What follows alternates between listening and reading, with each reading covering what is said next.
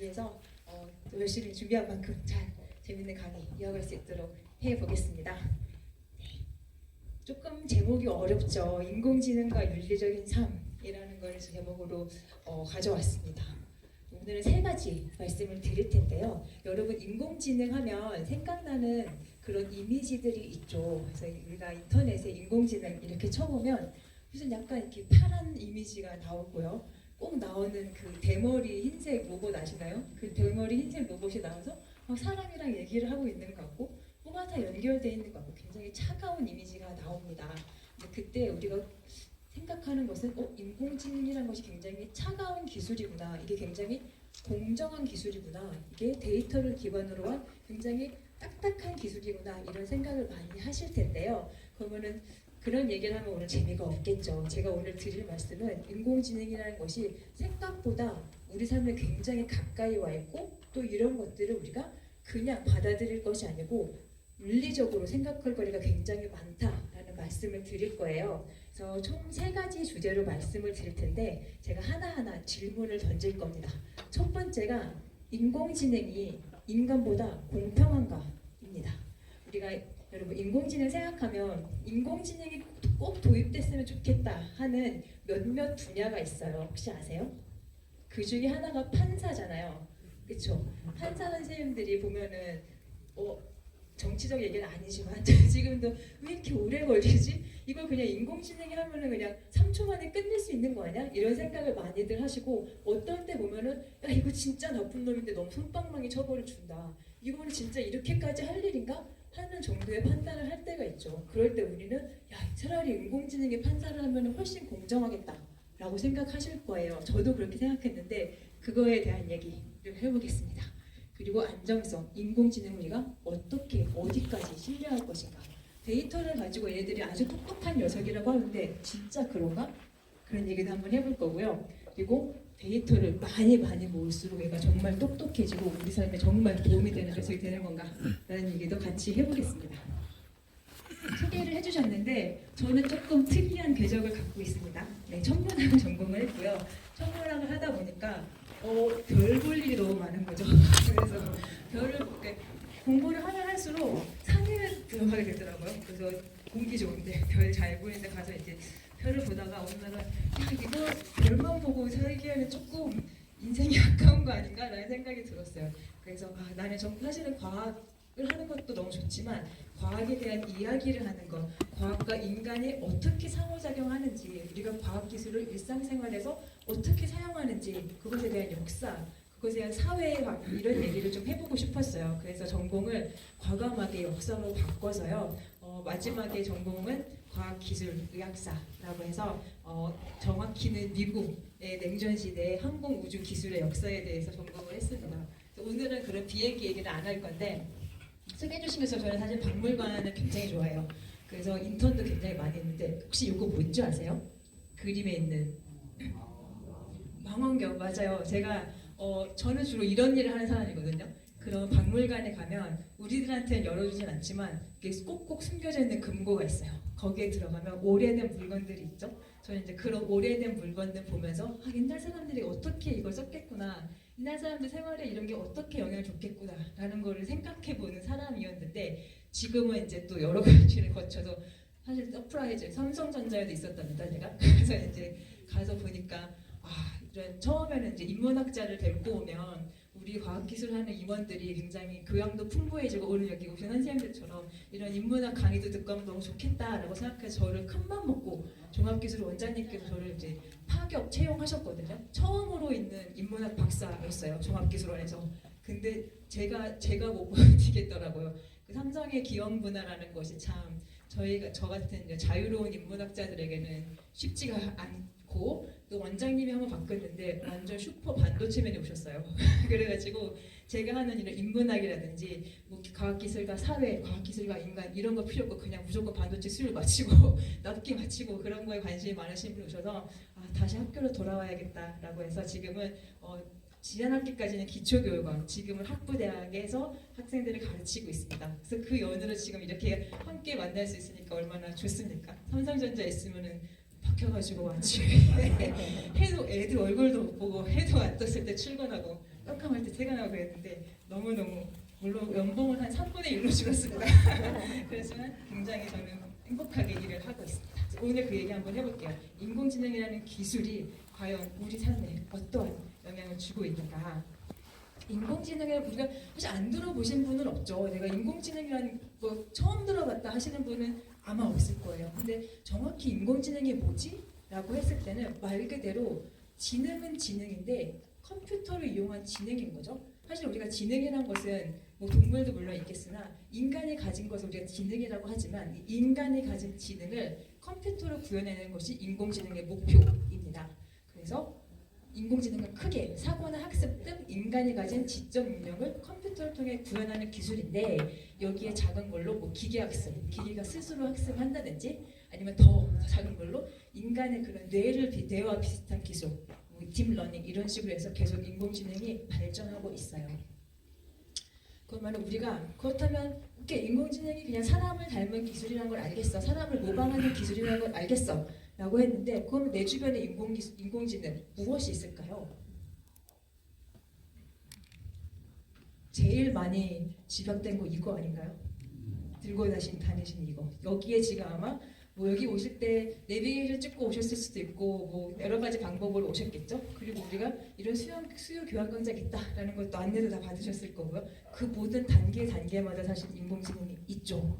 그리고 여러분들 저희 엄마는 그거 많이 쓰시던데 70이 좀 넘으셨는데 이제 텔레비 리모컨 누르기도 귀찮으신가 봐요. 그러면은 뭐였죠? 지니야. 맞아요. 지니야 뭐 7번 틀어줘. 그러면 지니가 기가 막히게 틀어주죠.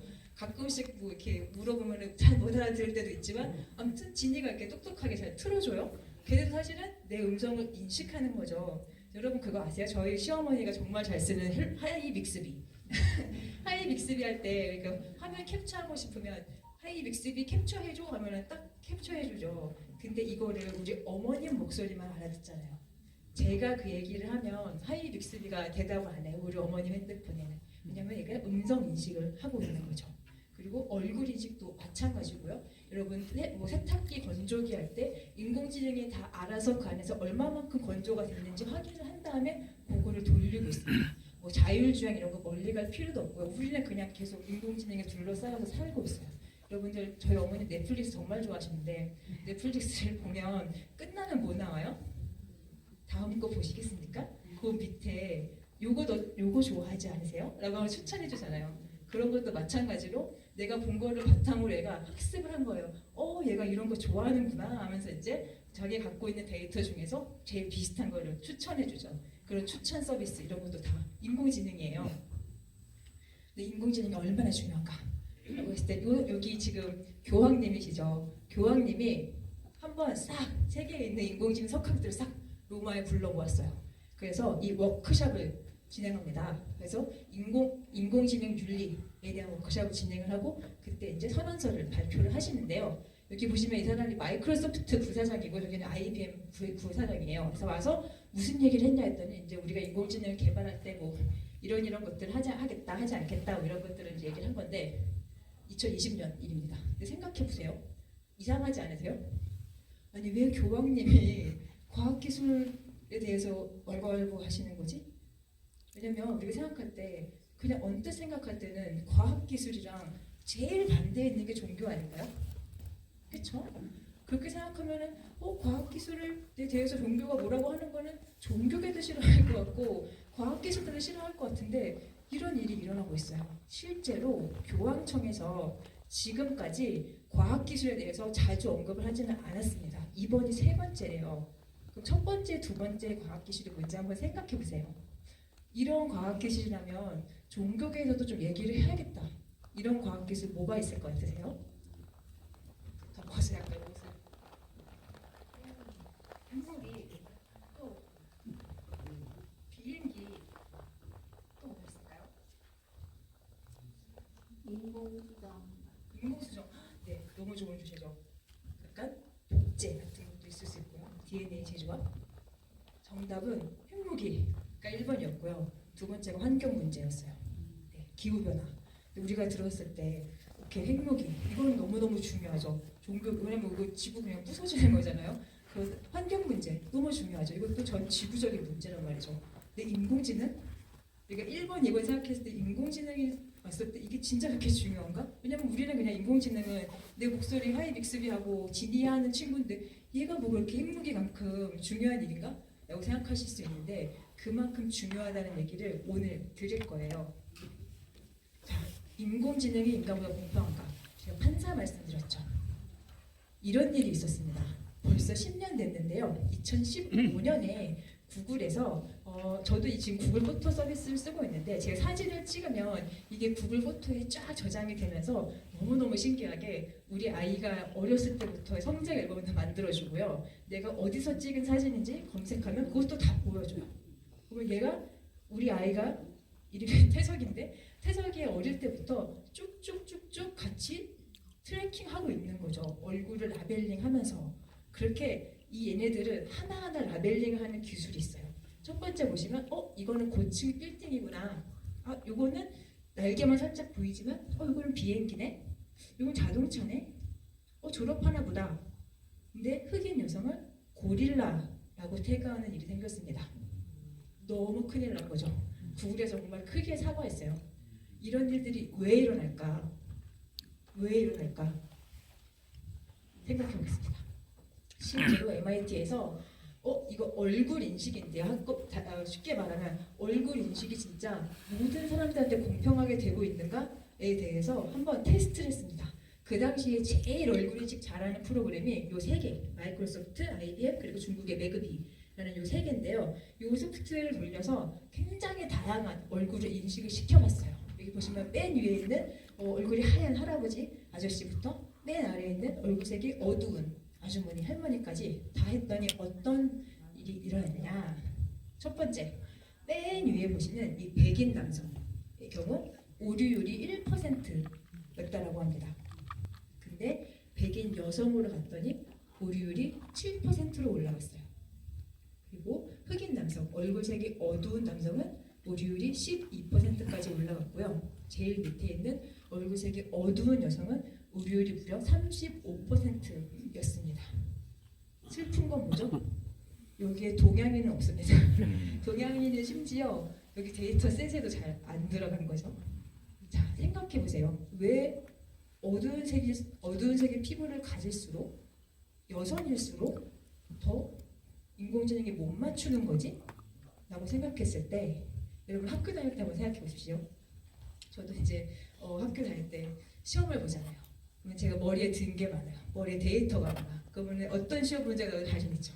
그래서 시험 문제 나오면 막 쓸 것도 많아요. 근데 머리에 든 게 없는 날도 가끔씩 있을 수 있죠. 공부를 많이 못했다. 그러면은 우리가 답지를 받았을 때 뭐라고 쓰죠? 교수님 죄송합니다. 쓰는 거잖아요. 교수님 죄송합니다. 다음부터 열심히 하겠습니다. 그런 일이 여기 밑에서 일어나는 거죠.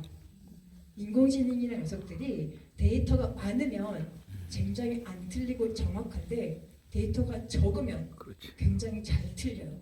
근데 이것이 실제로 아까 그렇게 고릴라라고 나올 정도의 아주 치명적인 실수를 할 때가 있습니다.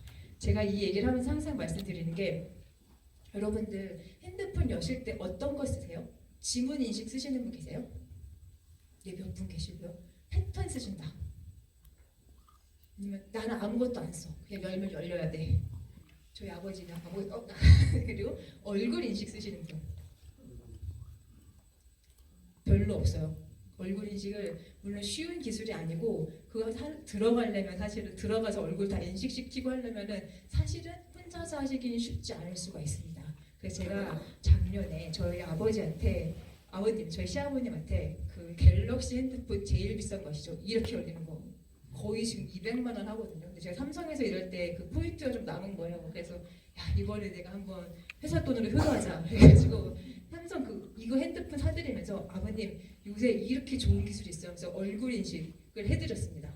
저는 사실은 삼성을 퇴사하고서는 다시는 삼성을 돌아가지 않고 있는데 저는 아이폰을 쓰고 있지만 얘가 너무 귀신 같은 게 내가 누워있든 깜깜하든 자다 일어났든 아니면 안경을 꼈든 심지어 선글라스를 꼈을 때도 얘가 제 얼굴을 인식하거든요. 그리고 아버지한테 아버지 이거 지문도 사실 지문 인식도 안 되시는 분들 있어요. 동사무소 요새 주민센터죠. 가면은 지문 인식 안 되는 경우 있죠. 그리고 마찬가지로 얼굴 인식도 어르신들은 잘 안 됩니다. 저희 아버지한테 제가 잘난 척하고 200만 원짜리 핸드폰 드리면서 아버님 이거 얼굴 인식 너무 좋아요 하면서 했는데 실패했어요. 제가 그저께 다시 물어봤거든요. 여쭤봤거든요. 아버지 그래서 얼굴 인식 잘 돼요? 한번 해보셨어요? 근데 한번 인식할 때도 오래 걸리지만 다시 열라고 하니까 얘가 잘 못 보더라 하시더라고요. 삼성에서 갤럭시 200만 원짜리가 못 하고 있어요. 왜 그럴까요? 데이터가 백인 남성이죠. 백인 기준이. 그렇지 얼굴도 남성이. 우리가 정규 분포라 그러죠. 사람들이 많이 살고 있는 분포가 있어요. 중년 저 같은 사람 딱 정규 분포 가운데 있죠. 제가 딱 올해 40살인데 정규 분포 가운데 있는 되게 전형적인 동양인 여성 얼굴입니다. 근데 애기나 아니면 어르신으로 가면 데이터가 적어요. 특히 어르신은요. 애기들은 엄마들 사진 찍어서 여기저기 올리잖아요. 그래서 인공지능이 오히려 이걸 학습할 기회가 많은데 어르신들은요. 얼굴을 학습할 기회가 없어요. 인공지능들이. 그래서 얘네들이 공부를 하다 공부할 게 없는데 그렇게 자꾸 틀리는 거예요. 그게 심지어 삼성에서도 동양인 남성의 70대 얼굴은 아직 인식을 잘 못하고 있습니다. 그래서 미국 표준기준연구소에서 이거를 쭉 공부를 해봤더니 백인보다 흑인이, 남성보다 여성이, 중년보다 노인의 인식률이 현저하게 낮은 것을 알 수가 있었죠. 우리가 인공지능 굉장히 많이 사용하고 있지만 내가 나이가 들면 나이가 들수록 조금 소외되는 경향이 사실 있습니다. 그 얘기도 계속 해볼게요. 자, 그러면 또 우리가 인공지능이 이거 사용하면 여기 있으면 굉장히 좋을 것 같은데 하는 또 다른 분야 생각나는 거 있으세요? 판사, 오케이. 그다음에 인사팀이죠. 인사팀. 제가 종합기술원에 인사팀이 있었습니다. 하는 일을 인사를 하진 않았지만 교육을 했지만 인사팀에 있으면 이분들은 삼성전자에 얼마나 많은 지원서가 들어오겠어요. 근데 그거를 다 읽고 보는 게 일이에요. 초등학교 교수로서 채점하다 보면 내가 막 오늘 컨디션이 좋아. 그러면 점수도 막 잘 주고 싶어. 근데 내가 오늘 막 너무 피곤하고 애가 속썩이고 막 집안이 너무 많거든 점수를 잘 주기가 싫은 거예요. 근데 인간이라는 게 사실 그렇죠. 인사를 할 때도 사실 그러면 안 되지만 계속해서 체험서를 보다 보면 그게 그거 같고 그래서 그런 거란 말이죠. 근데 만약에 인공지능이 인사를 한다면 너무 좋을 것 같잖아요. 근데 이거 실제로 한 데가 있습니다.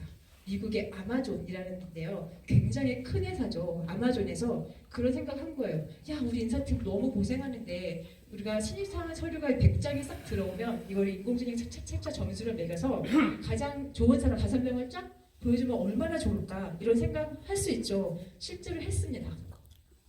근데 얘네들이 여성 관련 키워드가 들어갔더니 서류 평가를 등급을 계속 깎는 거예요. 예를 들면 제가 지금 요새 최근에 아이스하키에 푹 빠져 있거든요. 저희 팀이 여성 아이스하키 팀이에요. 제가 지금 부주장을 맡고 있습니다. 제가 그러면은 나는 이 경력이 너무 자랑스러운 거야. 그래서 아마존에 미국에서는 이 입사될 때 내가 스포츠 팀에서 주장했다. 그러면 진짜 좋은 스펙이거든요. 왜냐면 리더십도 볼 수가 있고 이 사람 체력 같은 거 다 볼 수 있는 거잖아요. 조직력 이런 거 볼 수 있어서 오케이 내가 여성 아이스하키 팀 이런 블랙핑크도 좀 부끄럽지만 블랙핑크에 내가 부주장이야. 여기서 근데 아마존 서류에서는 여성 아이스하키 팀 그럼 점수를 깎는 거예요. 여러분들 딸이 있으신데 내가 서울대학교 여성축구팀 부장이에요. 너무 좋은 스펙이거든요 사실 기업에서는. 근데 얘가 여성축구팀? 하고 깎는 거예요. 왜 그런 일이 있었을까? 실제로 아마존이 남성을 선호하는 건 아닐 거 아니에요? 그렇죠? 봤더니 이게 글씨가 작아서 죄송합니다. 우리가 보통 얘기하는 커다란 대기업들 아마존, 페이스북, 애플, 구글, 마이크로소프트의 인력 구조를 보면요. 파란색이 남성이고 빨간색이 여성이에요. 그리고 이 밑에는 그 중에서도 이제 개발자, 그리고 프로그램 하시는 컴퓨터 하시는 분들은 남자가 훨씬 많죠. 제가 실제로 학부 때 이런 통합학과 나왔다고 말씀드렸는데 수업에 이렇게 한 100명이 들으면요. 여학생은 한 10명이 안 돼요. 일반 물리학 수업 듣거나 양자역학 이런 수업 들으면 여학생들 10명이 안 돼요. 그러면 교수님들이 성적을 따라서 애들 시험 결과에 대한 성적을 주시죠. 근데 성적을 받았을 때 A를 받을 확률이 남학생이 높을까요? 여학생이 높을까요? 당연히 남학생이 높죠. 왜냐하면 남학생은 90명인데 물론 여학생들이 열심히 해서 10명을 다 받을 수도 있지만 우리가 생각을 해봤을 때 그냥 이 방에 남학생이 많으면 남학생이 A 받을 확률이 높은 거죠. 당연한 건데 보시면 여기도 그 회사에 남자 직원이 많아요. 그러면 좋은 고과를 받거나 아니면 포상을 받을 확률도 그냥 남자 직원이 많은 거예요. 이해하셨죠? 근데 그거를 글쎄 인공지능이 학습한 겁니다. 남자 직원이 더 성과가 좋네? 남자 직원이 더 승진 확률이 높네? 그러면 여성 직원은 잘 못하나 보다. 일을 잘 못하나 보다. 라고 그렇게 해석을 해서 서류에 여성 관련 얘기가 들어가면 점수를 깎는 겁니다. 불합리하죠. 얘가 굉장히 공정할 것 같은데요. 얘가 배운 거 그대로 그 아웃풋을 내기 때문에 잘못 배우면요. 진짜 나쁜 놈이 되는 거예요. 자, 판사 얘기해 보겠습니다. 하나씩 지금 깨지고 있는 거예요. 판사. 야, 판사는 그러면 우리가 범죄 경력이 있고 다 얘네들의 그런 그동안의 전적들을 보면은 판사는 그러면은 그럼 공평하게 판결하겠지. 실제로 미국에서 해봤습니다. 2016년에 미국 사법부, 우리도 사법부가 있죠. 법원에서 이런 콤파스라고 하는 프로그램을 개발해서 많이 썼어요. 미국 굉장히 많은 주에서 이걸 사용했는데요. 이게 뭐냐면 이 사람이 미국에 그거 아세요? 미국에는 정말 많은 수감자가 있습니다. 2016년 기준으로 전 세계에 있는 수감자 중에서 25%가 미국 감옥에 있었어요. 그 말인즉슨 미국에는 정말 많은 사람들이 잡혀 들어오거든요. 판사가 너무 바쁜 거죠. 그래서 판사들이 얘 잡혀 들어왔을 때 이 사람의 그런 그동안의 전적이라든지 범죄 전과 이런 걸 쫙 넣었을 때 얘를 수감을 해야 될지 아니면 보석으로 풀어줘야 될지 수감한다면 몇 년형을 때려야 될지 이런 것을 인공지능이 좀 계산해 줬으면 좋겠다라고 충분히 생각할 수 있죠. 그래서 넣습니다. 실제로 이 두 사람이 들어왔어요. 왼쪽은 백인 남성이죠. 이름은 버넌 프레이터라고 하는 백인 남성이 들어왔고요. 오른쪽에는 흑인 여성이 들어왔어요. 브리샤 골든이라고 하는 여성이 들어왔습니다. 근데 이걸 이제 두 사람의 쭉 이제 기록들을 콤파스라는 인공지능 프로그램에 넣었더니 따다다다 계산을 해서 이 버넌 프레이터라고 하는 남자는 리스크가 3점이야. 그렇게 위험한 사람은 아니야. 1점부터 10점 줬을 때 3점 리스크야. 라고 했는데 이 브리샤 골든이라고 하는 여성에게는 8점. 이 여자 좀 위험한데 지금 넣는 게 좋겠어. 라고 판단한 거예요. 근데 실제로 이 사람들이 어떤 죄를 지어서 잡혀왔냐면 이 백인 남성은요. 무장 강도가 2회고요. 무장 강도 미수가 1회였습니다. 그리고 후속 범죄는 절도 1건. 이 여성의 경우는 경범죄가 4회인데요. 경범죄 실제 잡혀왔을 때는 자전거를 훔쳐 잡혀왔어요. 그리고 후속 범죄는 없었습니다. 인간이라면 이 두 개를 봤을 때 누가 더 나쁜 사람인 거는 쉽게 나오죠. 너무 쉬운 판단이죠. 근데 인공지능이 이 쉬운 판단을 못하는 겁니다. 무슨 차이가 있어요? 이 백인 남성과 이 흑인 여성은 어떤 차이가 있죠 지금? 성별이 다르고 얼굴색이 다르죠. 얼굴색이 다르죠. 여기서 포인트는 얼굴색이에요. 우리는 지금 사실 대한민국이라는 나라가 굉장히 다 비슷한 얼굴색을 가지고 살고 있죠. 저는 이제 학위를 미국에서 했는데요. 한국도 마찬가지인데 미국도 마찬가지인 게 집값이 비싼 데가 있습니다. 네, 우리가 흔히 얘기하는 강남, 서초, 송파 이쪽 집값이 비싸죠. 집값이 싼 동네가 있어요. 근데 집값이 비싼 데랑 집값이 싼 곳은 어떤 차이가 있죠? 왜 여기는 집값이 비싼 거예요? 교통, 안전, 교육, 네, 인프라. 그렇죠. 똑같아요. 미국도. 집값이 비싼 데는요. 일단 학군지가 좋습니다. 네, 우리도 마찬가지죠. 저도 애를 키우면 저는 학교에 있는 이제 학교의 기숙사에 살았는데 거기에서 좀 더 넘어가면 정말 비싼 동네가 있어요. 근데 걔네들은 우리 초등학교도 마찬가지지만 주소지가 있으면 학교가 딱 정해져요. 근데 미국에서는요, 이 학교에 대한 초등학교에 대한 랭크 점수를 다 확인할 수가 있어요. 그럼 내가 이 주소지로 갔을 때 이 초등학교에 우리 아이가 가게 될 텐데 이 초등학교에 지금 점수가 몇 점인 거를 인터넷만 조금만 찾아보면 알 수 있어요. 우리나라는 그 정도는 아니죠. 초등학교에 대해서 이렇게 막 정량적으로 평가하지 않잖아요. 그러면 좋은 학교에 갈 수 있는 그 학군지는 엄청 비싸지는 겁니다. 그러면 돈이 없으면 여기 못 사는 거죠. 그리고 그렇게 진짜 비싼 데는 자기들끼리 데이트 치고 살아요. 펜스 치고 그 안에서 자기들끼리 세콤이랑 경비업체 불러놓고 살아요. 안전한 곳이에요. 근데 반대로 학군지가 안 좋은 곳, 치안이 안 좋은 곳, 교통이 안 좋은 곳, 인프라가 안 좋은 곳 이런 곳에는 누가 살죠? 저소득층이 살고요. 미국에서는 유색인종이 삽니다. 자, 여러분이 경찰이에요. 경찰인데 내가 어디 순찰을 가야 돼. 그러면은 이 학군지 좋은데 안전한 곳, 자기들끼리 세콤 부르고 막 경비 부르고 하는 데를 가시겠습니까? 아니면은 안전하지 않다고 소문난 곳, 애들이 막 돌아다니면서 소매치기 하고 유리창 부시고 이런 데에 가서 순찰을 돌아야 될까요? 당연히 치안이 안 좋은 곳에 더 많은 경비력이 투입이 되겠죠. 그 경력이 투입이 되면 경찰력이 투입이 되면 이 사람들이 경찰서 그냥 돌아다니기만 합니까? 그냥 뭐 누구 잡아서 불러서 한번 뭐라도 해봐야 될 거 아니에요, 그렇죠? 그럼 지나가다가 주머니에 손 넣고 가는 애들 있으면 또 주머니에 못 들었어 이런 거 하는 거예요. 실제로 흑인의 젊은 흑인들은 그냥 지나가다가 주머니에 손 넣고 하다가 또 못 들었어 하는 식으로 잡히는 경우가 많다라고 합니다. 그렇게 되면 잡히면 뭐죠? 그렇게 해서 뭐 훔쳐서 걸렸어. 그러면은 그 지역은 또 야 여기 치안 안 좋네. 낙인 찍히고요. 더 많은 경찰력이 투입되고요. 더 많은 경찰들이 더 많은 흑인들을 잡겠죠. 악순환이에요. 그래서 이거를 이 인공지능이 학습한 거예요. 이 동네 흑인들 많이 사는 동네인데? 흑인들 위험한데? 얘네들 범죄자인데? 이런 걸 학습해서 실제로 이런 피해자가 생기는 겁니다. 우리나라도 안 그럴 것 같죠? 우리나라도 나중에 이렇게 될 수 있어요. 네, 우리는 지금 얼굴색으로 평가하진 않겠지만 뒤에 가보시면 또 다른 얘기를 할 텐데 인공지능이 무식하게 그냥 그 데이터를 해석하는 녀석이기 때문에 유도리가 없습니다. 아직은. 이런 것에 대해서 우리가 항상 경각심을 가지고 있어야 돼요.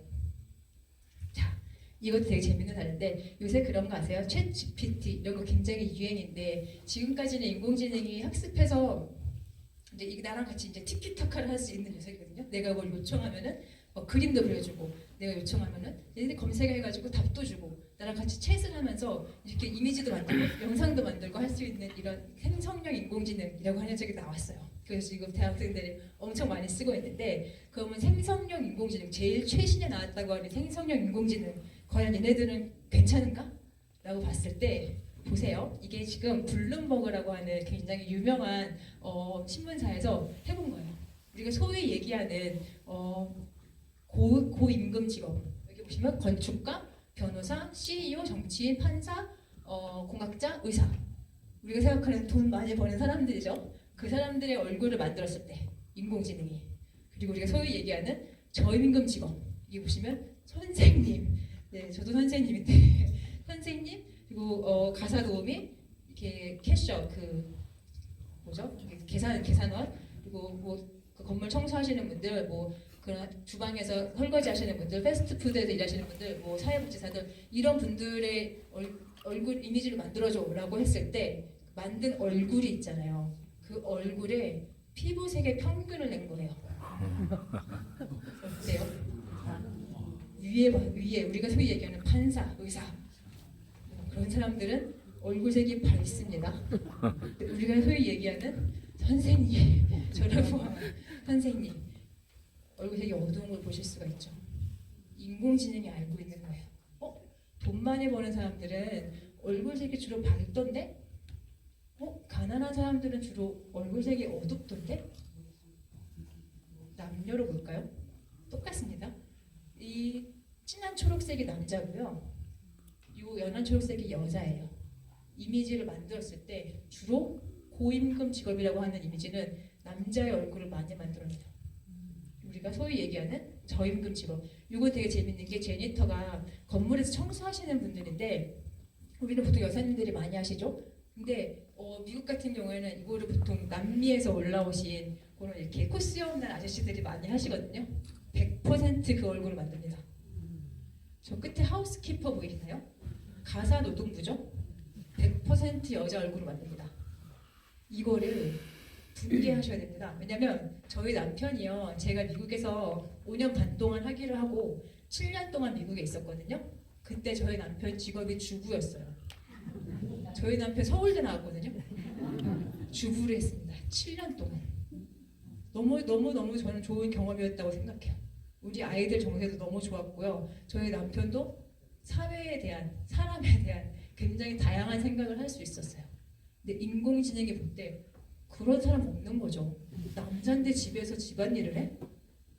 우리 남편 같은 사람은 없는 거예요.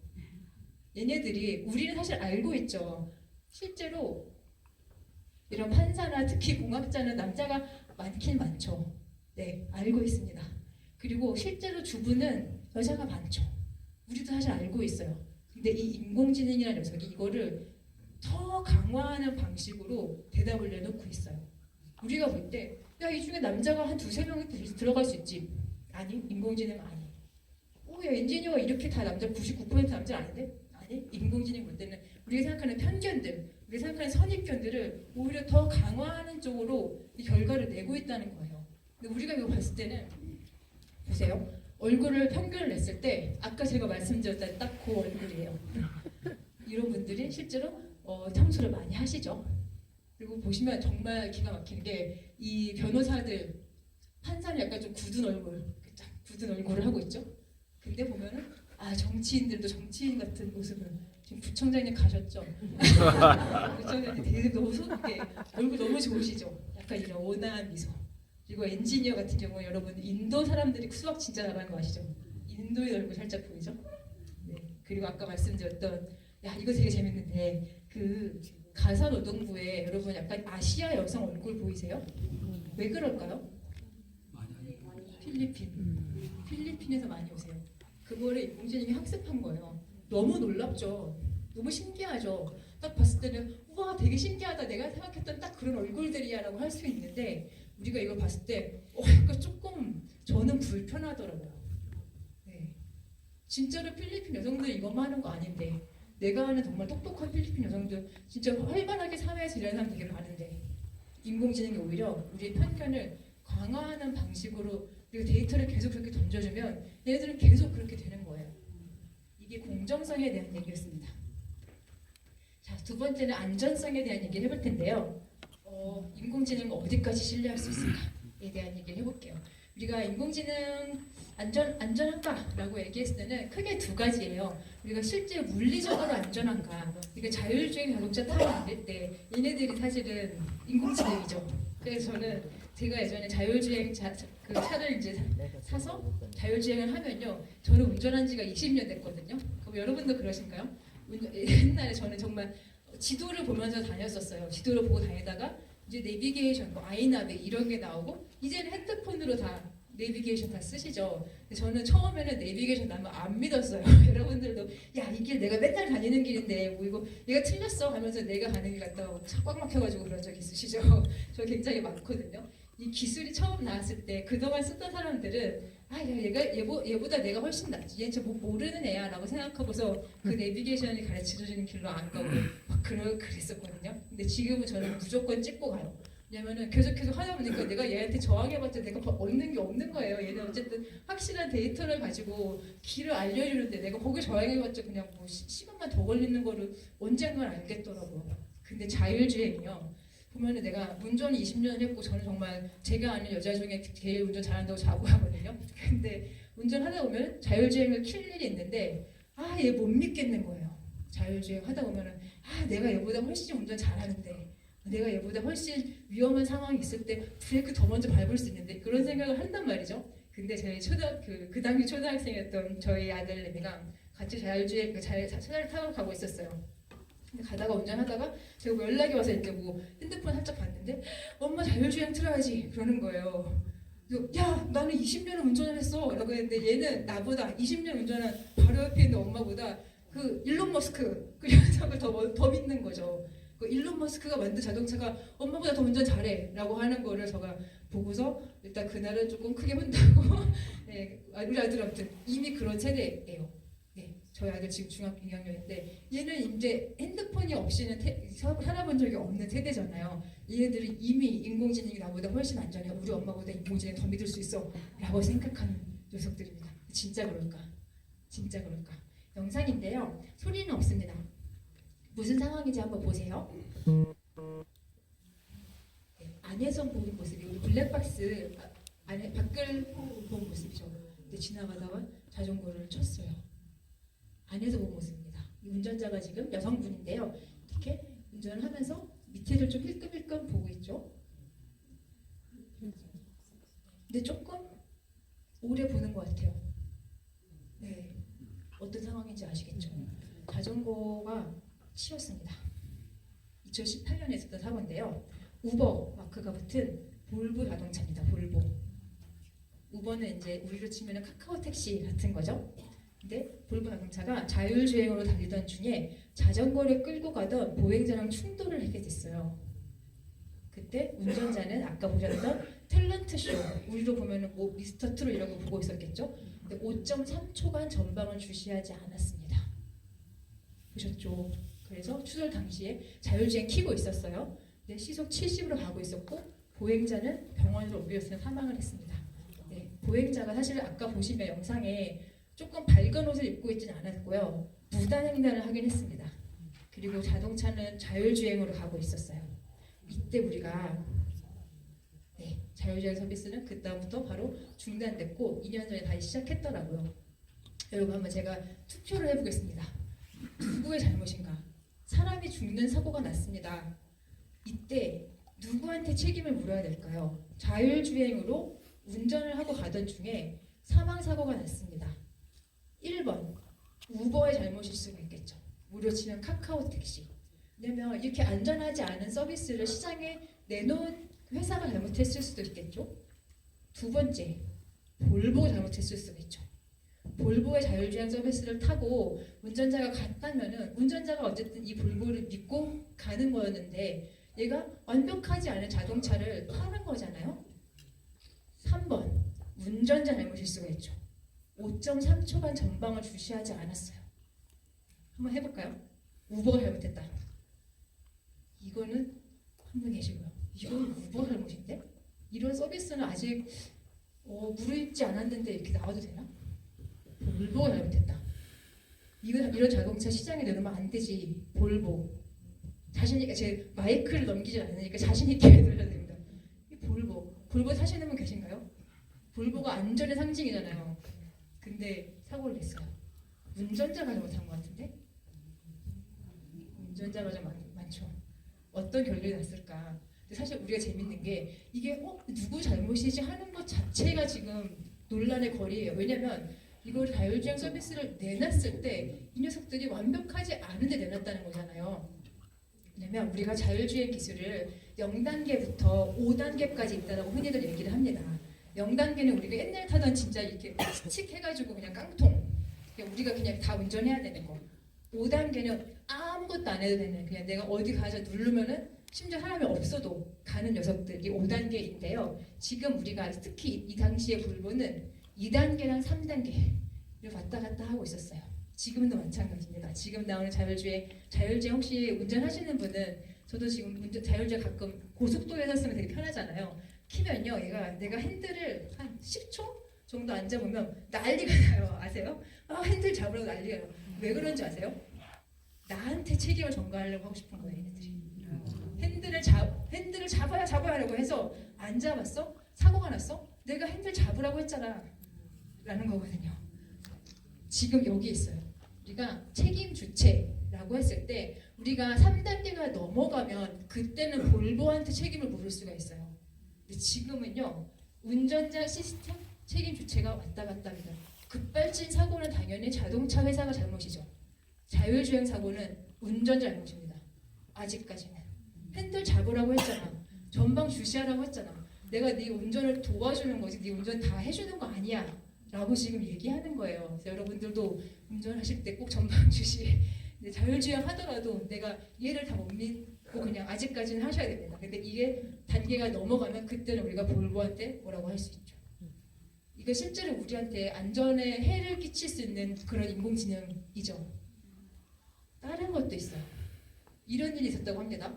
공장에서 폭스바겐 자동차 공장에서 이 로봇팔이 일을 하다가 노동자를 이렇게 철판에 이렇게 밀어넣는 사망 사고가 났어요. 안전성 문제입니다. 두 번째, 아마존 배송센터에서 곰 퇴치 스프레이. 이거 캡사이신 엄청 많이 곰을 잡아야 되니까 캡사이신 엄청 많이 들어간 스프레이인데 이거가 빵 터지는 일이 생겼어요. 인공지능이 왔다 갔다 하다가 또 쇼핑몰 경비로 뭐 이런 거 요새 많이 보시죠. 어디 뭐 공항에 가도 있고 쇼핑몰 가도 있고 이렇게 키오스크 누르면은 키오스크처럼 누르면 뭐 안내도 해주고 막 왔다 갔다 하잖아요. 걔네 150kg거든요. 목이 되게 무거운 애들이에요. 근데 걔가 넘어지면서 몇 개월이죠? 17개월 된 아기가 밑에 있었는데 못 보게 넘어졌다든지 이런 식의 사고가 왕왕 있습니다. 근데요, 이러한 사고들은 사실은 누구 책임이다. 자율주행보다는 사실은 깨끗하게 책임이 전이가 될 수 있죠. 근데 이거 보세요. 이 빨간색에 들어가는 단어 혹시 뭔지 아실까요? 교사 상대로 땡땡땡땡 합성물 만든 학생 퇴학, 영장 기각 검찰 송치도, 땡땡땡땡 성착취물 불안감 이용 협박 사기 잇따라 여성 61명 얼굴에 나치 합성 서울대 땡땡땡땡 징역 5년. 땡땡땡땡 뭔지 아세요? 페이크. 딥페이크. 딥페이크예요. 우리가 안전성이라고 하면 진짜 자율주행처럼 나한테 뭔가 해를 끼치는 물리적으로 나를 다치게 하는 안전성이 있고요. 다른 한편으로는 이렇게 우리한테 디지털로 안전성의 위협을 가하는 사례가 있습니다. 딥페이크 기술인데요. 보시면 위에 박지성 유해진 보시면 네, 여러분이 뒷모습 봤을 때 박지성이었었는데 약간 돌아오니까 이제 여기도 신현주 질렀다. 보시면 되게 자연스럽죠. 얘네들이 어떻게 이렇게 자연스럽게 합성을 할 수 있었을까라고 했을 때 박지성 선수, 유해진 배우, 신현준 배우, 질라탄 선수는 얼굴이 인터넷에 많잖아요. 얘네들이 학습할 수 있는 게 굉장히 많은 거죠. 그래서 되게 자연스럽게 합성을 해줘요. 근데 이게 2017년부터 이런 기술이 막 이제 생겨났는데 이름을 딥페이스라고 하는 그런 아이디, 그 아이디를 쓴 사람이 자기 그 레딧이라는 그런 뭐라고 그러죠? 개발자들 많이 오는 홈페이지에 유명인의 얼굴을 합성한 포르노를 올리게 된 거예요. 우리로 치면은 유명인 이름 언급한 그 당시에는 뭐 테일러 스위프트 이런 식으로 해서 엠마 왓슨 이런 식으로 유명한 배우들 왜냐면 얼굴이 굉장히 많고 인터넷에서 찾을 수 있으니까 이런 사람들을 합성해서 올렸는데 실제로 이 딥페이크 기술이요 97%가 포르노 제작에 사용되고 있어요. 네, 그래서 아까 그런 뉴스들이 계속 나오는 거고요. 이게 이제야 수면 위로 올라오고 있습니다. 그래서 뭐 이런 거 썼는데 근데 진짜 문제가 된 거 우리가 박지성 유해진 이건 재밌죠. 근데 진짜 문제가 될 때가 뭐냐면 아까 제가 성범죄에 사용될 때가 있고요. 두 번째 정치에 사용될 때요. 가짜 뉴스 들어보셨죠? 가짜 뉴스 만들 때 이게 진짜 문제가 되는데 우리나라는 아직까지는 문제는 없습니다. 왜냐하면 우리나라는 이거 정말 잘하는 일인데 이 선거 시작하기 60일 전부터요 이런 딥페이크 영상 제작, 유포, 공유하는 경우에 3천만 원 이하의 벌금, 5년 미만의 징역을 처하게 돼 있어요. 여러분들도 혹시 나중에 그 가짜 뉴스 이게 가짜인지 아닌지도 사실은 모르거든요. 뭐 받으면 절대 공유하시면 안 됩니다. 이거 공유한 것만으로도 처벌받을 수 있어요. 이거를 굉장히 엄격하게 우리가 2018년인가부터 지금 제정해놨기 때문에 우리나라는 이거를 만약에 들켰다 하면은 철컹철컹이래서 우리나라는 이런 일이 없는데요. 실제 2023년에 굉장히 많은 투표가 있었거든요. 튀르키예, 옛날 터키죠. 터키에서 대통령 선거가 있었어요. 그래서 이 에르도안이라고 하는 저기 주황색 저분이 여당 대표였는데 3선인가 성공합니다. 그래서 지금 거의 독재를 하고 있어요. 근데 이 여당 대표랑 첫 번째 이 이름이 길어서 클루츠 다루울루라고 하는 이 여당 대표가 막 싸우고 있었어요. 물론 치면 윤석열, 이재명이 막 싸우고 있고 박빙이었는데 갑자기 이 이재명에 대한 나쁜 영상이 퍼진 거예요. 이 터키에서는 내가 무장단체, 극단적인 무장단체인데 내가 이재명을 지지해라고 하는 그런 영상이 퍼진 겁니다. 그러면 사람들이 뭐야 이재명 위험하잖아 라고 하면서 윤석열을 찌른 거예요. 두 번째 슬로바키아에서 마찬가지입니다. 야당 대표가 있고 여당 대표가 있었는데 내가 또 여기 이재명 목소리가 합성이 된 겁니다. 가짜 목소리가 우리가 이기려면 어디 돈을 줘야 돼. 어느 무슨 단체에 돈을 줘야 돼. 라고 하는 가짜 음성이 퍼진 거예요. 그래서 실제로 여당 대표가 또 선거에 이기게 됩니다. 이런 식으로 이런 딥페이크 영상들이 정치에 활용되면요 잘 몰라요. 진짜 어떻게 되는지 잘 모르고 이게 진짠가? 처음에는 걱정하게 되고 혼란스럽거든요. 근데 또 한편으로는 이거 누가 봐도 가짜잖아 라고 생각하시죠. 여러분 한번 같이 보면서 확인해 보겠습니다. 제가 동영상을 준비했어요. 이게 작년에 SBS에서 만든 딥페이크 영상에 대한 동영상인데 여기에 학생들이 6명 나옵니다. 인간도 있고요. 딥페이크 가짜 인간도 있어요. 제가 그때그때 한번 멈춰서 이 사람이 사람인지 AI인지 여쭤보겠습니다. 자, 1번. 안녕하세요. 오늘은 어떻게 보내셨나요? 저는 토끼입니다. 아, 이게 이렇게 한번 보는군요. 자, 1번 학생 잘 보셨나요? 이렇게 해볼게요. 안녕하세요. 오늘은 어떻게 보내셨나요? 저는 토끼입니다. 학생이다. 사람이다. 인공지능이다. 어? 두 번째. 안녕하세요. 오늘 어떻게 보내셨나요? 저는 고양이입니다. 인공지능이다. 인간이다. 인공지능이다. 반반 정도 되는 것 같네요. 네, 이 학생 3번. 안녕하세요. 오늘 어떻게 보내셨나요? 저는 기린입니다. 사람이다. 사람이라고 하는 데는 어떤 기준이 있으신 거죠 지금? 그렇죠? 보면 약간 좀 자연스러운 것 같고 이 학생 약간 좀 어깨도 좀 흔드는 것 같고 눈 깜빡임도 좀 자연스러운 거. 인공지능이다. 이거 인공지능인데 한 분도 안 계세요? 4번. 아, 또 넘어갔네요. 어떻게 보내셨나요? 저는 기린입니다. 이거 한 번 학생이었고요. 4번 학생. 안녕하세요. 오늘 어떻게 보내셨나요? 저는 거북 선생님 여기 지금 여기가 화면이 나갔어요. 여기 화면이 나갔어요. 다시 들어왔습니다. 네, 4번 학생. 인공지능 사람이다. 사람이다. 여기서 좀 우리 옆집 사는 청년 비슷하죠? 인공지능이다. 약간 얼굴이 좀 맨질맨질한 것 같기도 하고. 안녕하세요. 오늘 어떻게 보내셨나요? 저는 치타입니다. 치타 5번 학생. 사람이다. 인공지능이다. 자꾸 의심이 쌓이죠. 자, 보다 보면 저 사람이야? 왜냐면 제가 온라인 수업 하거든요. 온라인으로 그 얘기 나중에 드릴게요. 자, 마지막 6번 학생까지 보고 말씀드리겠습니다. 안녕하세요. 오늘 어떻게 보내셨나요? 저는 판다입니다. 네, 6번 학생 사람이다. 한 두, 셋, 5분? 이거 인공지능인데 어떤 기준을 갖고 계신지 제가 궁금한데 보면은 네? 어떤 기준으로 이건 사람인데? 라고 하시나요? 마음으로 자연스럽게 우리는 사실 말로 표현할 수 없는 뭔가 이 사람의 냄새가 난다라고 말을 할 수 있는 거죠. 답을 한번 확인해 볼까요? 과연 이 6명의 인물들 중 가짜는 모두 몇 명일까요? 입모양이 제대로 잘 맞는지 말을 할 때 입만 움직이는 게 아니고 얼굴 전체 그 움직이는 부분들, 머리를 움직이는 부분들, 어깨를 움직이는 부분들 이제 그런 부분들을 좀 구별해서 좀 보시면 좋을 것 같아요. 저는 판다입니다. 저는 치타입니다. 안녕하세요. 오늘 어떻게 2명만 학생 사람이었어요.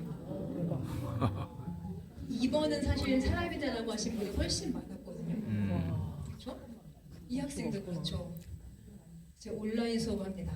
학생 오늘도 수업하고 왔어요. 88명이 듣는 수업인데요. 제 수업에 이 학생 들어가 있다? 절대 모를 거죠.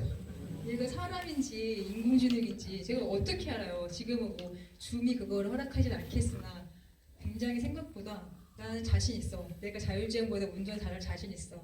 나는 사람 이거 누가 속아? 이거 유해진, 박지성 누가 속아? 속을 수 있어요. 이게 지금 작년 영상인데요. 지금 훨씬 더 발전했거든요. 그래서 피해자가 생기는 거고요. 그래서 사회적으로 문제가 되는 거예요. 근데 제가 영상 한 개만 더 보여드릴게요. 제가 지금까지 인공지능이 나쁜 녀석, 이 녀석들 조심하세요라고 계속 안 좋은 얘기만 한 것 같아요. 근데 한번 보세요. 인공지능이 제가 여기서 드리고 싶은 말씀은 기술이라는 게요. 제가 기술사를 전공했잖아요. 기술이라는 게 100% 나쁜 녀석도 없고요. 100% 좋은 녀석도 없어요. 우리가 원래 기술의 중립성, 가치 중립성이라고 이렇게 말합니다. 우리 생각할 때 과학기술은 뭔가 정말 이상적인 것을 되게 추구하는 학문이야. 제가 천문학 할 때 사실은 이거 별 너무너무 이상적인 거죠. 내가 이건 이성적인 거고 이거 정말 과학적인 것이야. 이거는 정말 객관적인 것이야 라고 생각할 수 있는데요. 이 과학기술을 어떻게 쓰느냐, 이 과학기술을 누가 쓰느냐, 이거를 우리가 사용자로서 어떻게 이것을 보느냐에 따라서 그 가치가 완전히 바뀔 수가 있습니다. 이 얘기를 영상 한번 보겠습니다. 복을 입고 보송절에 공공께 있었고 발에는 그 새우랑을 쳤고 저는 굉장히 놀랐죠. 아버지가 한 발자국 다가오시더니 아버지 다녀오마 이렇게 이야기하셨다. 그게 마지막이었어요. 우리 할아버지 아버지도 그 독립군으로 다니다 거기 그렇게 돼버리고 저 흥남 연구소에서 돌아가셨기 때문에 누가 이야기만 하면 내가 저녁에 잠을 못 자요. 오늘도 저녁에 잠자기 틀렸어요. 내가 증조 할아버지께서 일제 결국에 발각이 돼서 수감이 되시잖아요. 그리고 몸이 안 좋아지셔서 결국에 돌아가시게 되고 죄수복을 입고 있다는 그 이미지에서 결국 벗어나지 못하게 된다는 게 정말 너무나도 슬프죠. 광복을 맞이하지 못한 채 차가운 옥중에서 생을 마감한 독립운동가들. 그로 인해 그들의 마지막 모습은 옥중의 죄수복 차림으로 남아 있습니다. 독립운동가 캠페인을 준비하면서 옥중에서 순국하신 독립운동가분들에 대해서 알게 됐습니다. 오늘의 대한민국을 있게 해주신 영웅분들을 위해서 죄수복이 아닌 그분들께 걸맞은 옷을 선물해 드리는 게 저희가 할 수 있는 일이라고 생각했습니다. 이분들이 살아계셔서 광복을 맞이하셨다면 어떤 옷을 입으셨을까 하는 고민을 많이 했었습니다. 그분들의 마음을 담아서 아주 귀한 옷감, 최고의 옷으로 지어드리고 싶었습니다. 우리는 독립운동가들의 정신을 담은 색과 그들이 입어 마땅했을 귀한 옷감으로 세상 하나뿐인 의복을 만들었습니다. 그리고 마침내 벗은 빛바랜 죄수복.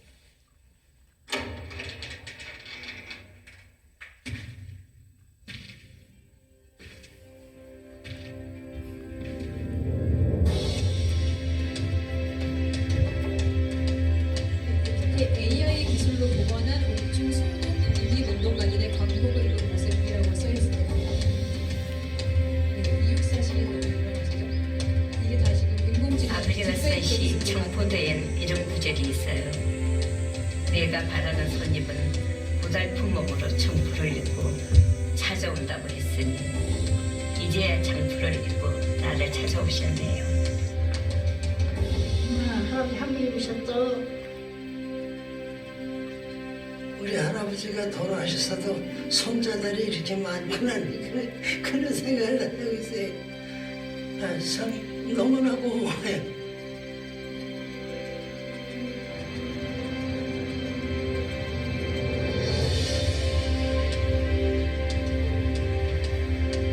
오랜 시간 끝에 도착한 그토록 바라왔던 광복.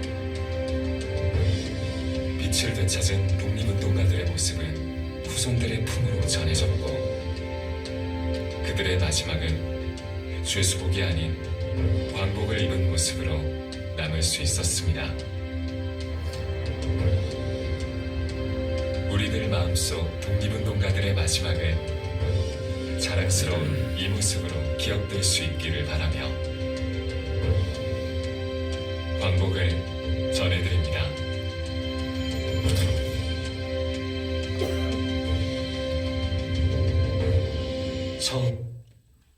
감동적이죠. 제가 만든 영상은 아니지만 제가 이걸 보고 저는 정말 많이 울었어요.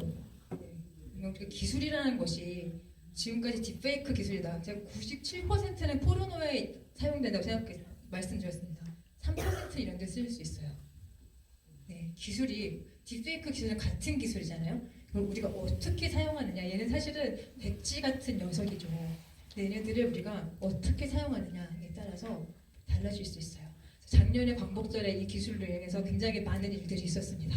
네, 유견순 열살 만세하는 모습. 우리가 웃는 얼굴 볼 수 없죠. 이제는 볼 수 없죠. 근데 이 기술로 이제 모습도 볼 수 있고요. 거북이라는 그 가수 아세요?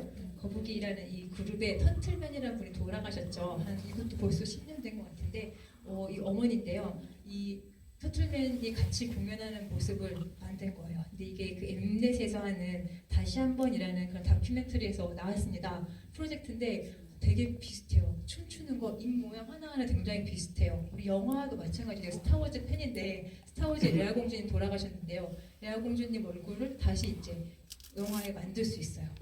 이런 것들도 가능하고요. 우리 옛날에 그것이 알고 싶다 다큐멘터리 보면 피해자들 나올 때 이렇게 눈에다가 까만색 띠를 띄우거나 모자이크 처리하잖아요. 그러면은 사람의 마음이란 게 눈에 띠가 있으면 그 안에도 궁금하죠. 저는 항상 이렇게 보고 그랬거든요. 모자이크 처리돼 있으면은 어떻게 생겼을까 더 궁금하고 오히려 그런 게 피해자 보호, 제보자 보호에서 굉장히 취약했는데 이제 그냥 아예 없는 얼굴로 얘기를 합니다. 네, 이분 없는 얼굴이에요. 그러면 훨씬 피해자, 제보자 보호를 잘 할 수 있겠죠.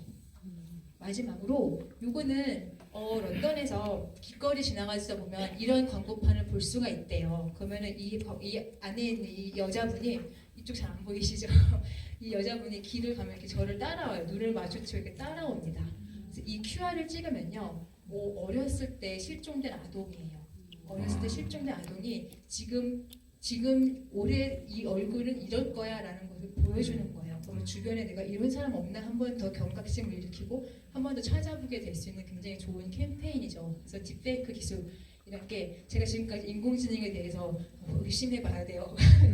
얘네들 똑똑한 놈들 아니에요라고 얘기했지만 이걸 우리가 어떻게 사용하느냐에 따라서 굉장히 또 좋은 쪽으로 사용될 수가 있다. 제가 좀 말이 길었는데 한 10분 정도 쉬고 마지막 주제인 개인정보에 대한 말씀 드리도록 하겠습니다. 지금 6분이니까요. 한 30분 정도는 개인정보 보호에 대한 얘기 해보겠습니다. 지금까지 들으시면서 혹시 궁금하신 점이나 아니면 저 뒤에 마이크를 드릴 수가 있나요? 교수님은 그러면은 운전하시다가 사고 작게라도 난 적이 없어요? 무사고이시면.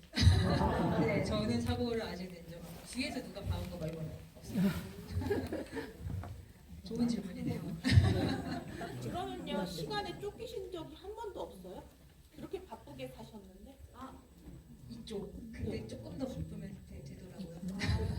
네. 저는 뭐든지 조금 먼저 하는 걸 좋아해서. 아까 AI가 축적한 여러 가지 그 데이터를 가지고 어떤 직업이나 직업군이나 사람의 어떤 인종이나 얼굴색 여러 가지를 성별을 갖고서 이렇게 표현해냈는데 이제 그런 결과들이 앞으로 그러면 AI가 계속 데이터를 업데이트하고 지속적으로 쌓이면은 그런 결과도 지금보다는 달라질 수 있지 않을까요? 좋은 질문입니다. 맞아요. 많이 발전했어요. 아까 제가 보여드린 사례들은 한 7, 8년 된 것도 있고요. 최근 것도 있는데요. 많이 발전했고 심지어 요새 제가 아까 처음에 AI 보여드릴 때 머신러닝이라고 해서 자기가 스스로 학습하는 AI가 생겨났어요. 그래서 데이터를 주고서 내가 약간 이게 좀 편향이 돼 있다라고 하면은 자기 혼자 새로운 데이터 만들어서 데이터셋을 골고루 잘 학습하는 데까지 와 있거든요.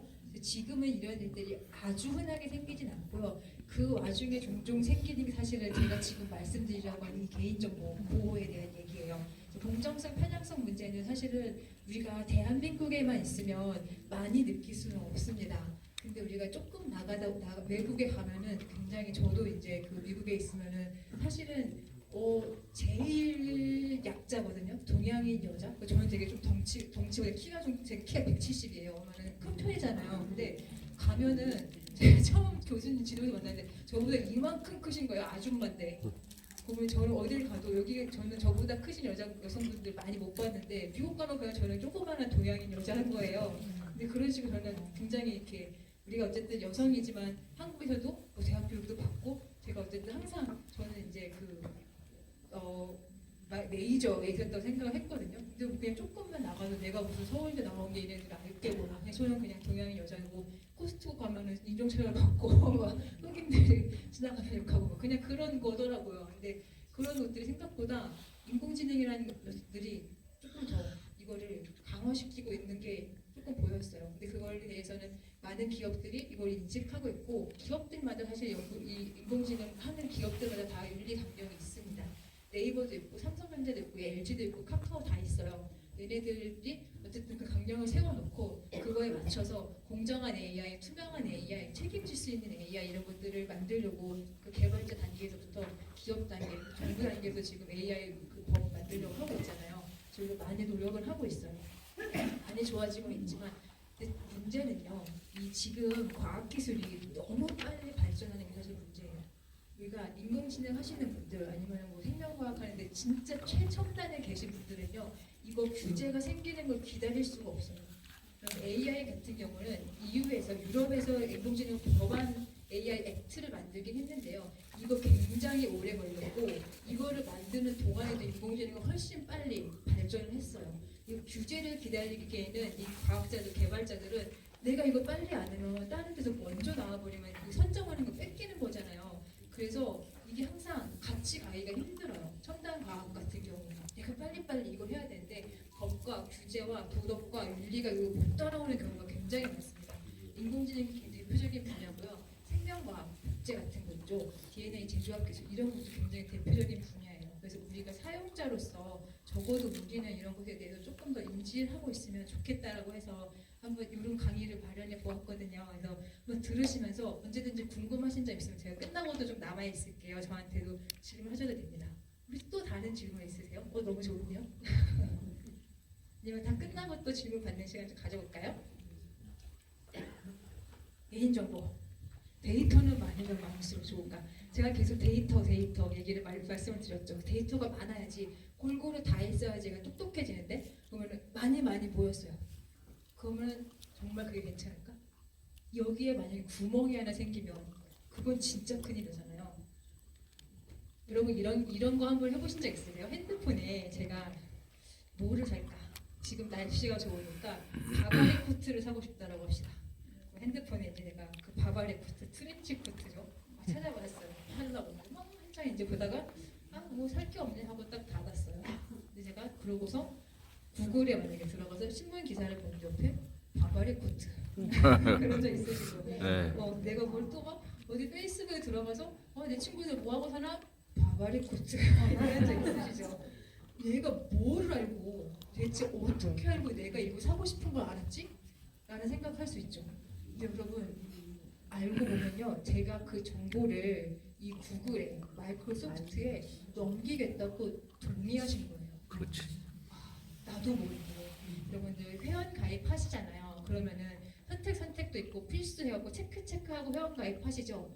그거 다 읽어보신 분 아마 없을 거예요. 실제로 우리가 이런 게 어떤 게 생기냐면 내가 어디 서비스에 로그인을 합니다. 거기에 들어가서 트렌치 코트를 찾아봐요. 그러면 그 정보를 얘네들이 구글, 메타 이런 녀석들이 보내는 거예요. 데이터베이스 팩트 정보를 분석해서 맞춤형 광고가 노출될 수 있도록 이 서비스가 지금 다 돌고 있는데 우리가 거기에 들어와 있거든요. 나는 동의한 적 없는데 동의했어요. 언제? 구글 가입할 때, 페이스북 가입할 때, 인스타그램 가입할 때, 또 뭐 있죠? 마이크로소프트에서 하는 워버트 가입할 때 쭉 내리다 보면 어딘가 들어있습니다. 여러분의 행태 정보를 분석해서 상업적 이용에 사용하시면 동의하시겠습니까? 276줄 정도 들어있어요. 실제로 이 나쁜 놈들이 페이스북에 지금 메타죠. 가입을 하려면 핸드폰으로는 5줄씩 보여요. 이용 약관 같은 게 이렇게 쭉쭉쭉쭉 읽다가 그냥 동의함 하고 하잖아요. 근데 이게 실제 전고는 276줄입니다. 근데 그거를 5줄씩 보여주면서 어디에 내가 숨겨놨는데? 라고 하면 나 이거 내가 트렌치코트 찾는 거 나 너네한테 동의한 적 없는데? 동의한 적 있는데 189줄에 이런 식으로 되는 거예요. 그래서 이게 사실은 편할 때도 있죠. 아까 제가 말씀드린 것처럼 넷플릭스 같은 거 볼 때 내가 이제 요새 폭삭 소가수다 유행이죠. 보세요. 저는 약간 눈물 터질 것 같아서 못 보고 있는데 나중에 방학하면 보려고요. 보다 보면은 폭삭 소가수다 끝나면 이제 나쁜 놈들 내가 다음 거 안 넘어가고 싶은데 막 넘어가죠. 그리고 보면은 비슷한 거 그때 추천해주죠. 노래도요. 유튜브 뮤직 저는 유튜브 뮤직 쓰는데 내가 하나를 딱 들으면 내가 기가 막히게 비슷한 노래를 계속 연결해서 들려줍니다. 그거 자체가 지금 얘가 너 이거 좋아하지 하면서 나에 대한 정보를 수집하고 있는 거예요. 진짜 무서운 일은 우리나라는 여러분 제가 삼성전자 일할 때 그 사람들 굉장히 문제가 굉장히 문의가 심각했던 게 리모컨이요. 리모컨으로 음성으로 인식해서 이렇게 하는 거 아세요? 네, 리모컨으로 이렇게 하는데 이게 넷플릭스에 들어가면 삼성 TV 리모컨이 먹통이 돼요. 왜냐면 넷플릭스는 자기 정보는 자기게만 수집하고 싶대. 삼성전자 근데 그게 얼마나 궁금하겠어요. 얘네들이 넷플릭스에 뭘 보는지 굉장히 궁금한데 넷플릭스에서 딱 막아버립니다. 리모컨이 그 삼성 스마트 TV죠 요새 거기 넷플릭스 들어가는 순간 리모컨은 먹통이 됩니다. 우리나라는 그래도 굉장히 보안 잘 지키는 편이고 오히려 보안 너무 잘 지켜서 삼성전자의 기술 그 개발자분들이 힘들어하세요. 그러니까 미국 같은 경우는 텔레비에 우리나라 텔레비에 카메라 달린 텔레비 없죠. 왜냐면 이 텔레비에 카메라 달려서 이거를 가지고 미국에서는 그런 경우가 있어요. 이렇게 남편이랑 얘기하다가 우리 좀 기저귀 떨어지지 않았나? 하고 근데 얘가 알아서 아마존에 주문해서 기저귀 배달된 적이 있어요. 그런 식으로 얘네들이 우리에 대한 얘기를 듣고 있고 여러분 진이야 근데 그 진이가 듣고 있을 수 있는 거예요. 근데 지금 우리나라는 그거 굉장히 철저하게 법적으로 걸리면 큰일 나게 되어 있는데요. 미국은 어쨌든 조금 더 자본주의가 훨씬 자유롭게 진행되고 있는 곳이라서 이런 일들이 막막하거든요.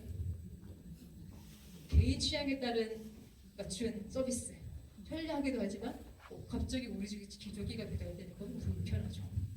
네. 이런 거 제일 많이 되는 데가 어딘 줄 아십니까? 중국입니다. 영상을 한번 보실게요. 우선 안면인식 기술은 여러 얼굴들의 특征들을 캡처해서 등록하고 DB화하고 인식하고자 하는 얼굴이 들어왔을 때 그 얼굴의 특징과 DB화된 특징을 비교 분석하여 매칭하는 기술입니다. 중국의 안면인식 기술은 세계 최고 수준이라고 알려져 있습니다. 중국 내에서는 이미 보안, 자동결제, 교통법규 위반 단속 등 다양한 분야에서 널리 사용되고 있습니다. 중국 안면인식기는 99%의 정확도로 14억 인구 중 한 사람을 대략 3초 안에 식별할 수 있습니다. 쌍둥이도 구분할 수 있다고 알려져 있습니다. 정말 대단합니다. 중국의 안면 인식 기술이 이렇게까지 발달하게 된 배경은 뭘까요?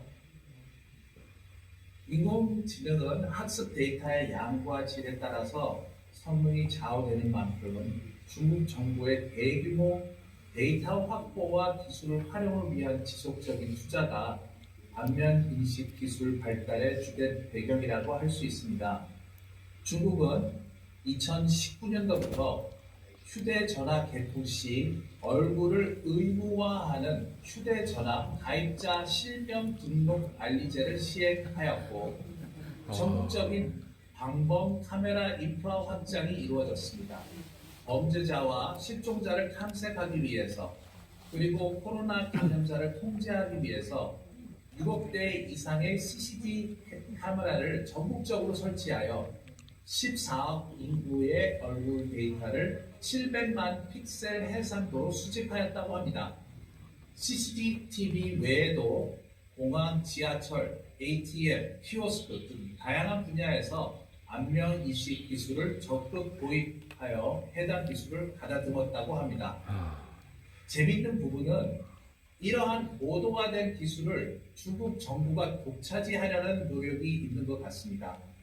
2021년도 워싱턴 포스트에 따르면 항저우 동물원이 방문객의 얼굴을 자체적으로 취득하는 것에 대해서 소송을 당했고 중국 법원은 취득한 얼굴 영상을 모두 삭제하라고 명령하였습니다. 이 사례는 중국 정부가 사기업의 독자적인 생체 데이터 수집 및 활용을 제한하고 정부 주도하에서만 안면 인식 기술의 연구 개발 및 활용을 하고자 하는 것으로 해석합니다. 놀랍죠. 14억 인구인데 우리 집 여기도 카메라 엄청 많죠. 네, 저 뒤에도 있고 카메라로 보면 3초 만에 누군지 안다는 거예요. 그러니까. 중국이 이런 식으로 해서 근데 그 정보가 다 어디 있다고? 정부에 다 있다는 겁니다. 이거를 중국 사람들이 시민들이 동의를 한 거겠죠. 우리나라는 그렇게 왜냐면 그렇게 정보를 다 모았을 때 확실한 이익은 있어요. 확실한 보안이 훨씬 좋아지는 거죠. 누가 잘못했을 때 그 사람을 추적하고 이 사람은 어디 있고 이거 약간 옛날에 그 탐 크루즈 나오는 마이너리티 리포트라고 해서 이거는 실제로 범죄가 일어나기 직전에 잡아버리죠 사람을. 약간 그런 것도 기대를 하고서 이제 아마 그런 식으로 모으고 있는 것 같아요. 여러분들 핸드폰 아까 뉴스에 나온 거가 핸드폰 사려면 무조건 그 얼굴을 등록해야 한다고 하고 있죠. 근데 중국에서 핸드폰 없으면 못 사는 거 아세요? 요새는 다 현금 같은 것도 다 안 하고 핸드폰으로 결제한단 말이에요. 그러면 사실상 우리도 마찬가지지만 모든 사람들의 얼굴 정보가 700만 화소 굉장히 고화질로 갖고 있는 겁니다. 중국 정부가. 그래서 야 이렇게 정부가 모든 데이터 다 갖고 있으면 사실은 조금 불안하고 무섭잖아요. 근데 우리나라도 그런 적 있었는데 혹시 아세요? 얼마 전에 2020년 코로나. 네. 코로나 때 여러분 그런 문자 많이 받으셨죠? 누가 지금 관악구에서 몇 번째 확진자가 해서 동선 다 나왔었잖아요. 40대 여성. 제가요 서초구 249번 확진자거든요. 근데 그게 2020년 11월이었어요. 바야흐로 그때 2020년에 걸리면 대역죄인 되는 거 아시죠? 근데 제가 삼성전자 종합기술원 인사팀에 있었는데요. 제가 삼성전자 저희 회사에서 1호 확진자였습니다. 무슨 일이 있었을지 아시죠? 네, 인사팀 심지어 저희 7층에 있었는데 저희 층은 다 초토화가 됐어요. 제가 저희 남편이 걸려서 이제 가서 이제 검사 받았다가 걸린 거죠. 그래서 이제 주변에 다 검사 받으라 해서 검사 받았는데 또 제가 걸린 거예요. 저랑 저희 시어머니랑 같이 살고 있었는데 저희 남편이랑 셋이 그 당시에 걸리면 잡혀 들어갔어요. 2주 동안 그 음압병동이라고 해서 제가 거기 다녀왔거든요. 그 음압병동 가면 손잡이도 못 만져요. 이렇게 다 이제 막혀 있고 나오지도 못하고 가만히 가려 선생님들이 밥도 갖다 주시면 이렇게 마스크 쓰고 정말 이렇게 병균처럼 가만히 있어야 되는데 손잡이도 못 만져서 바깥 공기를 쐴 수가 없어요. 2주 동안. 그런데 잡혀 들어갔는데 제가 잡혀 들어가고 삼성전자에서 무슨 짓을 하는지 아십니까? 제가 다녔던 모든 길목을 CCTV로 확인했어요. 얘가 언제 출근해서 어느 엘리베이터를 타는데 그 엘리베이터에 누가 같이 타고 있었는지 다 확인해서 다 문자 보냅니다. 제가 밥 먹으러 갔잖아요. 제가 삼성전자 국내 식당에서 밥 먹고 있으면요. 그 주변에 앉았던 사람 다 확인하고 다 문자 보냅니다. 그래서 제가 걸린 거는 아무도 모르지만 모두가 알고 있는 거죠. 누군가는 제가 사무초국에 걸렸으니까 이제 뭐 학교 난리 나고 다 난리가 났었어요. 근데 처음에는 제가 너무 미안한 거예요. 제가 바로 그 다음 주에 대표이사를 모시고 해야 되는 굉장히 큰 행사를 제가 주도해서 준비하고 있었거든요. 근데 제가 빵 터지고 저랑 같이 주변에서 다 날아가고 인사팀 다 초토화되고 주변 사람들 다 병원 가고 이제 그러니까 병원 안 가도 다 검사를 해보는 거죠. 그 검사 되게 힘들잖아요. 그래서 근데 그거를 제가 막 인사팀 신경하면서 사람들이 했겠죠.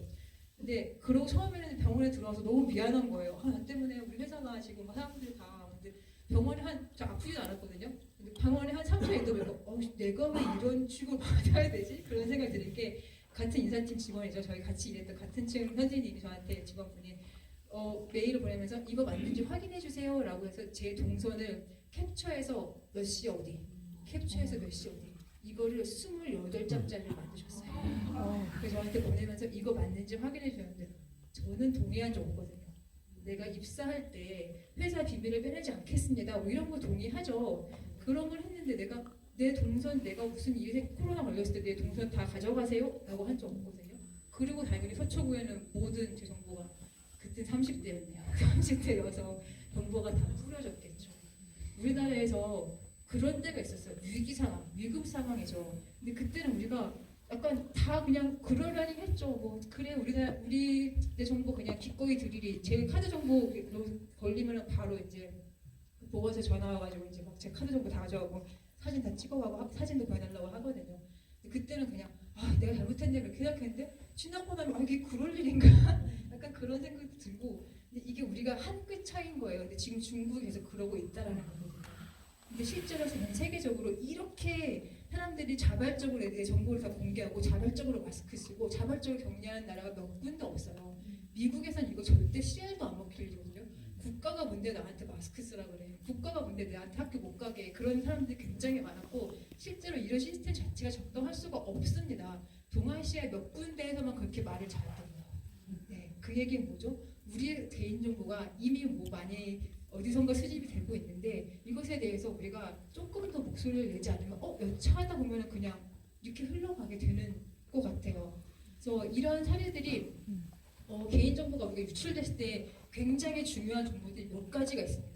제가 뭐 어디 가서 뭐 편의점에서 뭐 먹고 이것도 사실 개인정보죠. 제가 걸렸을 때 그 전에 한 3, 4일 정도 어디 갔고 근데 진짜 불쌍했던 게 제가 그때 너무 바빠가지고 집회사 왔다 갔다 그러고 저희 남편은 정말 잔여로밖에 못 봤는데 걸렸어요. 그래서 이제 그 보건소 직원분도 너무 약간 짠하게 보더라고요. 그래서 한번정도 다니면 이렇게 사는구나 그런 식으로. 그래서 집회사 하는 거 이것도 사실은 개인정보죠. 제가 언제 어디에서 무슨 돈을 쓰고 개인정보죠. 근데 정말 중요한 개인정보들이 몇 개 있죠. 뭐가 있을까요? 의료정보 어떠세요? 의료정보, 지출정보, 금융정보 이런 거는요. 우리가 사실 믿고 병원에 맡겨놓고 믿고 금융사 은행에 다 맡겨놓잖아요. 이거 털리면 진짜 큰일 나는 정보예요. 근데 그거 털렸을 때 여러분은 어떻게 하셔야 되는지 아세요? 저는 모르거든요. 그럼 소송은 걸 수 있겠죠? 근데 소송 걸어서 이미 내 정보 다 나갔는데 어떻게 하겠어요? 그런 일들이 실제로 이제 몇몇 군데에서 일어나고 있습니다. 이게 23andMe라고 해서 되게 큰 회사였어요. 이 회사가 어떤 회사냐면 이렇게 이런 키트를 보내줘요 집에. 그러면 여기다가 내가 침을 뱉어서 보내면은 내 유전 정보를 가지고 내가 어떠한 질병이 걸릴 수가 있는지. 근데 재밌는 거는 요 옆에 보시면 우리는 뭐 이런 거 내 ancestry 내 뭐 그 조상이 어디에서 왔는지 우리 거의 다 뭐 중국, 몽골, 뭐 한국이겠죠. 근데 뭐 이렇게 여러 가지 섞인 애들은 이게 궁금한가 봐요. 이런 식으로 이렇게 내가 침을 뱉어서 보내면 내 조상들이 어디에서 왔는지 보여줍니다. 여기 보시면 유럽에서 47% 파란색, 뭐 이스트에이시아, 동아시아나 아니면은 네이티브 아메리칸이 41% 이런 식으로 해서 이제 보여주면 재밌잖아요. 젊은 애들은 특히 난 몰랐는데 알고 보니까 나는 동아프리카에서 1%가 있어. 이런 거 되게 재밌죠. 그래서 막 애들이 엄청 많이 보내거든요. 근데 이 회사가 제가 그저께 뉴스에 제가 항상 이렇게 워싱턴 포스트를 이제 속보 같은 걸 받아보는데 이 회사가 파산 신청했다라는 속보가 왔어요.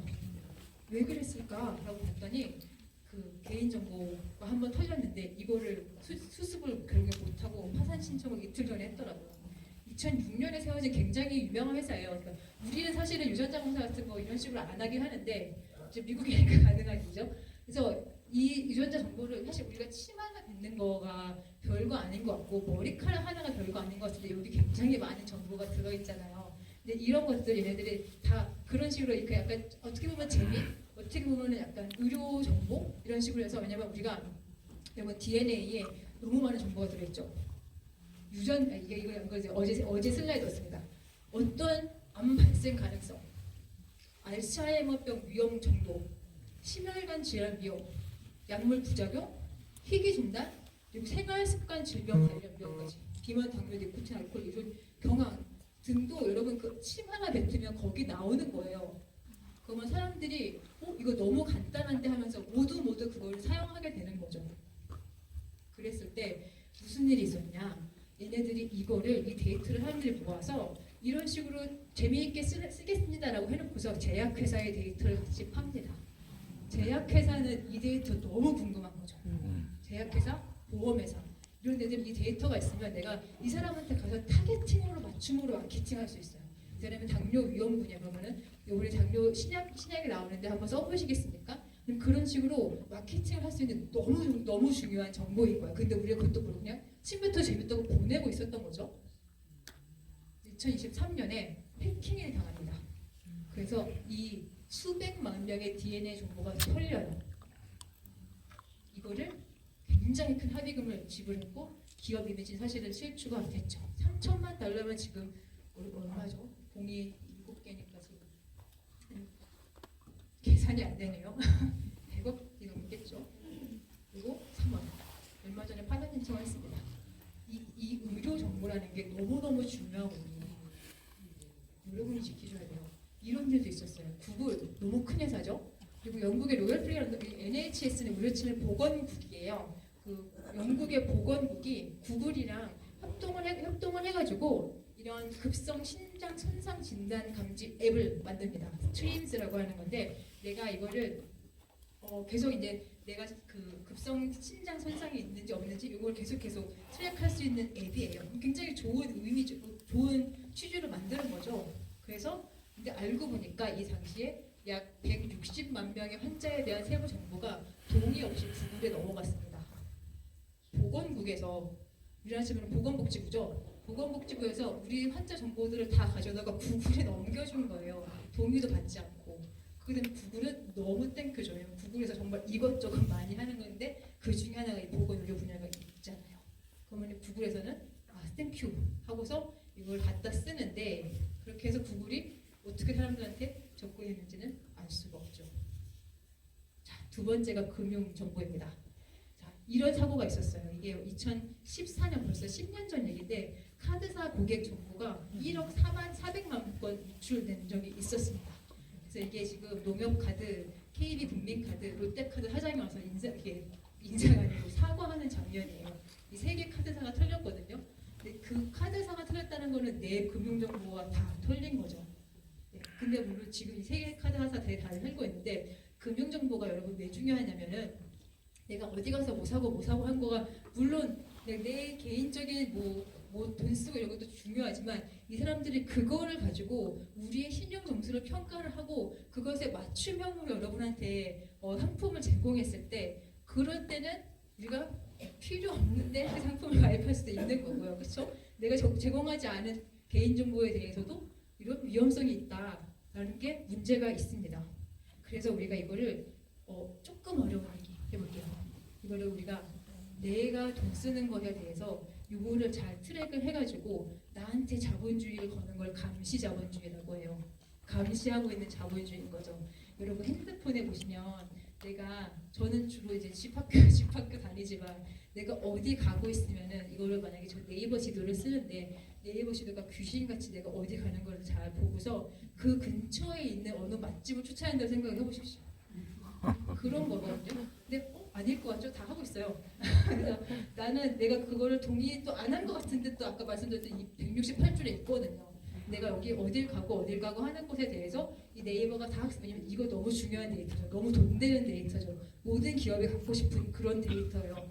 이거를 가지고 내가 이 사람한테 맞춤형으로 타겟팅으로 마케팅을 할 수 있다면 너무 좋은 거죠. 실제로 이 포켓몬고라고 하는 이거 저는 안 해봤는데 어떤 건지 아세요? 이 포켓몬을 잡는 게임인데요. 이게 뭐라 그러죠? 증강현실로 해가지고 내가 이렇게 다니면요 여기에 지금 포켓몬이 보여요. 그러면 그거를 이렇게 포켓몬을 잡는 겁니다.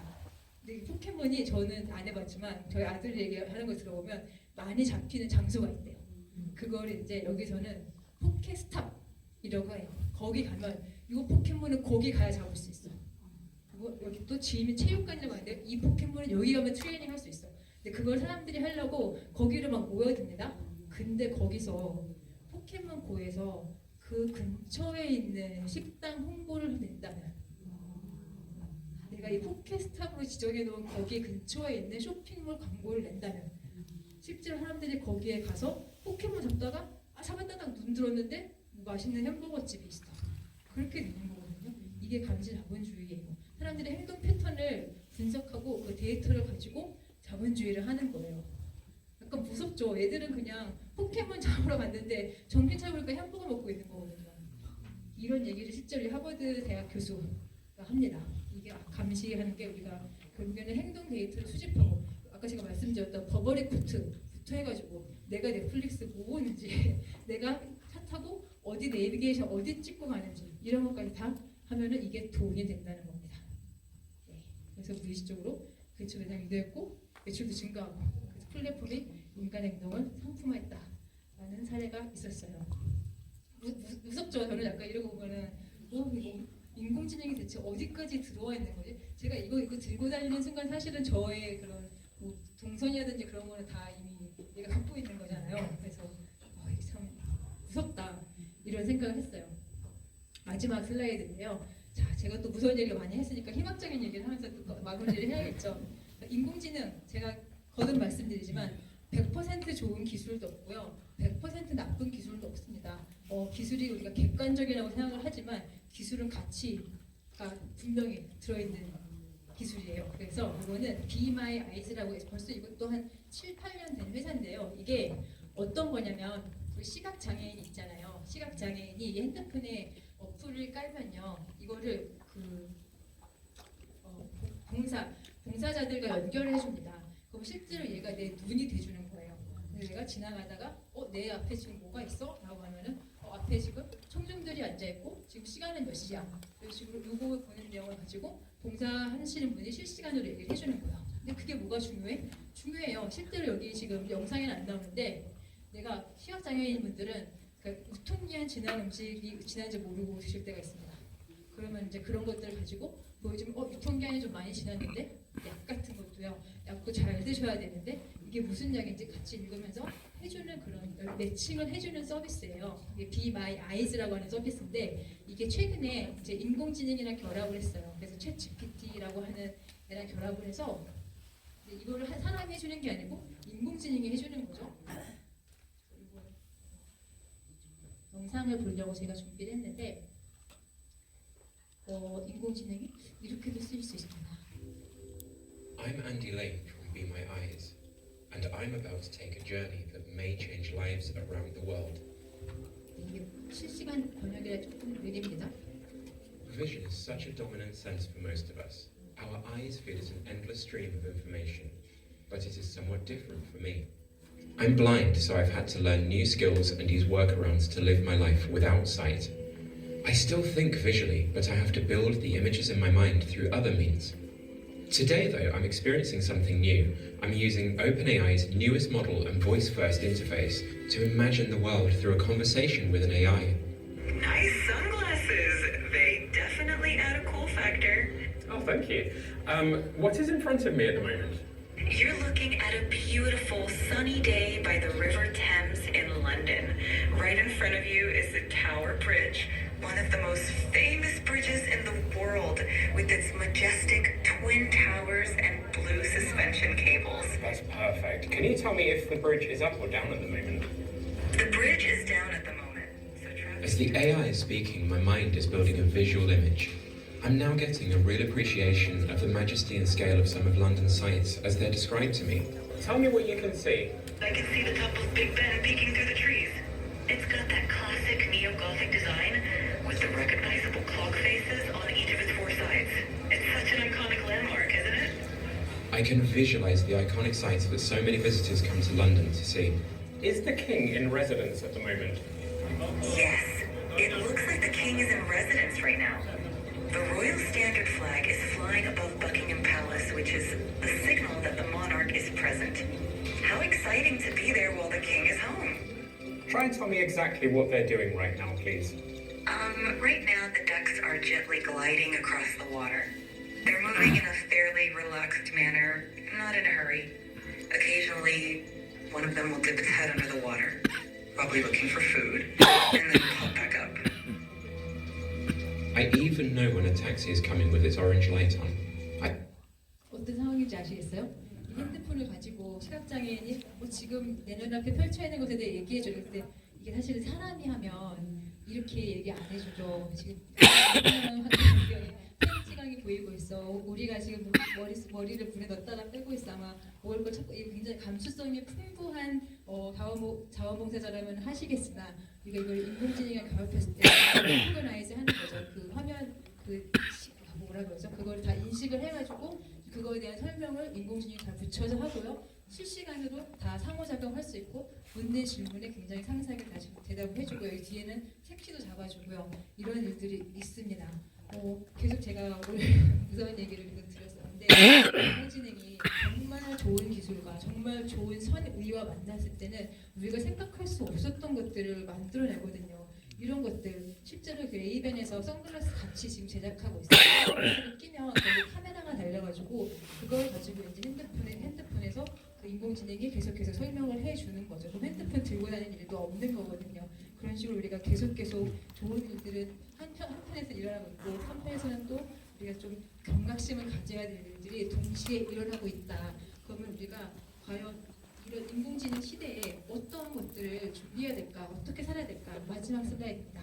처음에 계산기가 나왔어요. 그러면 사람들이 야 이거 계산기가 나오면 여러분들 우리 초등학교 때 하는 게 뭐죠? 덧셈 뺄셈 곱셈 나눠서 계속 하잖아요. 그래서 저희 딸내미가 지금 세 자릿수 곱하기 세 자릿수를 합니다. 우리 이거 이제 손으로 안 하죠. 다 계산기로 하잖아요. 근데 그럼에도 불구하고 아직 초등학생들이 세 자릿수 곱하기 세 자릿수를 하고 있어요. 왜? 이거는 계산은 필요하잖아요. 그렇죠? 살다 보면은 이걸 실제로 할 일은 없지만 이거는 배우는 거죠. 그래서 계산기가 처음 나왔을 때, 야, 이제 사람들이 다 멍청이가 될 거야 라고 생각을 했어요. 왜냐면 이제는 사람들이 손가락만 누르면 답이 나오는데 계산하겠어? 근데 어떻게 됐어요? 우리는 더 똑똑해졌죠. 네, 이 계산들, 복잡한 계산, 세 자릿수 곱하는 거, 네 자릿수 곱하는 거 그냥 계산기에 맡겨두고 우리는 더 고차원적인 일을 할 수 있게 된 거죠. 예술 분야도 마찬가지입니다. 지금 생산형 AI 나와서 일러스트레이터들 화가들 다 망했다 생각했다고 막 그런 얘기 나오죠. 똑같은 일이 사진기가 발명됐을 때 있었어요. 사진기가 나오기 전까지는 화가들이 한 일이 뭐죠? 그런 귀족들 얼굴 똑같이 그려주고 바깥의 세상을 똑같이 그리는 거가 화가들의 할 일이었는데 사진기가 나오면 어떻게 사진기를 이겨? 얘는 그냥 찍어버리는데 그것도 몇 초 만에 사람들이 야 화가들 이제 다 굶어 죽겠네 라고 생각을 했습니다. 사진기가 나온 게 1800년대 중반이에요. 1850년대부터 이제 계속 대중화가 됐는데 그때 생겨난 게 뭔지 아세요? 인상주의가 생겨나고요. 추상주의가 생겨나고요. 입체파 화가들이 나와요. 사람들은 이제 세상을 똑같이 그리는 걸 하지 않고 더 고차원적인 일을 하게 된 거예요. 인공지능도 마찬가지거든요. 인공지능이 나왔을 때 챗GPT가 나오고 애들이 그냥 내가 생각할 필요 없이 질문만 하면 답을 해주는데 사람들이 걱정합니다. 교수님들 진짜 걱정해요. 야 이거 지금 들어온 학부생들 챗GPT로 논문 쓰면 얘네 다 멍청이 되는 거 아니냐. 글 쓰는 것도 모르고 얘네들 졸업하는 거 아니야? 저는 아니라고 생각해요. 왜냐면 우리는 그 챗GPT가 해야 될 일은 챗GPT가 할 수 있는 일이었던 거죠. 우리가 계산기 복잡한 계산을 계산기가 하고 그냥 사람 똑같이 그리는 거 사진기가 하듯이 그런 컴퓨터, 인공지능이 할 수 있는 일을 그냥 걔네한테 맡기면 되고 우리는 더 고차원적인 일을 해야 되는 거죠. 마찬가지입니다. 새로운 역량이 필요해요. 비판적으로 보는 시간. 우리가 계속 오늘 수업 강의를 들으면서 인공지능이 이렇게까지 할 수 있어요. 우리가 아까 그래서 사람인지 인공지능인지 맞춰보고 여러 가지 생각을 해보셨죠. 이걸 여러분 보실 때 이제 가시면요. 여러분들이 보시는 것에 대해서 인공지능이 얘기하는 것에 대해서 비판적으로 보실 수 있는 능력을 조금 더 가지셨으면 좋겠습니다. 그냥 내가 가르쳐주는 거, 유튜브에서 나오는 거, 내가 검색해서 나오는 거 이거 100% 진실이 아닐 때가 많거든요. 그런 것에 대해서 이게 진짠가? 이게 정말 출처가 어디지? 저는 의심부터 하거든요. 챗GPT 쓰면 너 진짜야? 몇 번 자활했어. 아이고 미안해 하더라고요. 그래서 한번 의심해보는 비판적인 능력 그게 이제 우리한테 필요. 옛날에는 빨리빨리 타자 치는 게 중요했죠. 빨리빨리 정보 검색하는 게 중요했죠. 이제는 그거 중요하지 않고 이제는 정보가 나왔을 때 이게 진짠가? 이거를 알아보는 능력이 훨씬 중요해졌습니다. 그리고 계속 말씀드리지만 기술은 어떻게 쓰느냐에 따라서 독이 될 수도 있고 약이 될 수가 있죠. 사람 중심으로 우리가 기술을 쓸 수 있도록 목소리를 내주시고요. 잘한 건 잘했다고 말해주시고 안 되는 건 안 된다고 내주셔야 됩니다. 공정한 AI, 안전한 AI, 개인정보가 정말 철저하게 보호되는 AI가 될 수 있도록 여러분들이 목소리 내주셔야 되고요. 왜냐면 여러분들이 지금 연배가 저보다 높으신데 잘못하면 소외될 수 있습니다. 더 목소리 내주셔야 돼요. 저희 아버지 얼굴 인식 될 때까지 저희 삼성에 얘기를 해야 되는 거죠.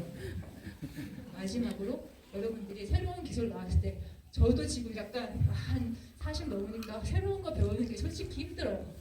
근데도 써봐야지, 이거 써봐야 욕을 하는 거잖아요. 여러분들 충분히 써보시고 구체적으로 습득하고 구체적으로 여러분의 도덕적인 감수성을 가지고 비판하셨으면 좋겠습니다. 일단 써보시고 그 다음에 윤리적으로 판단하시고 목소리 내실 때는 적극적으로 내주시길 바라겠습니다.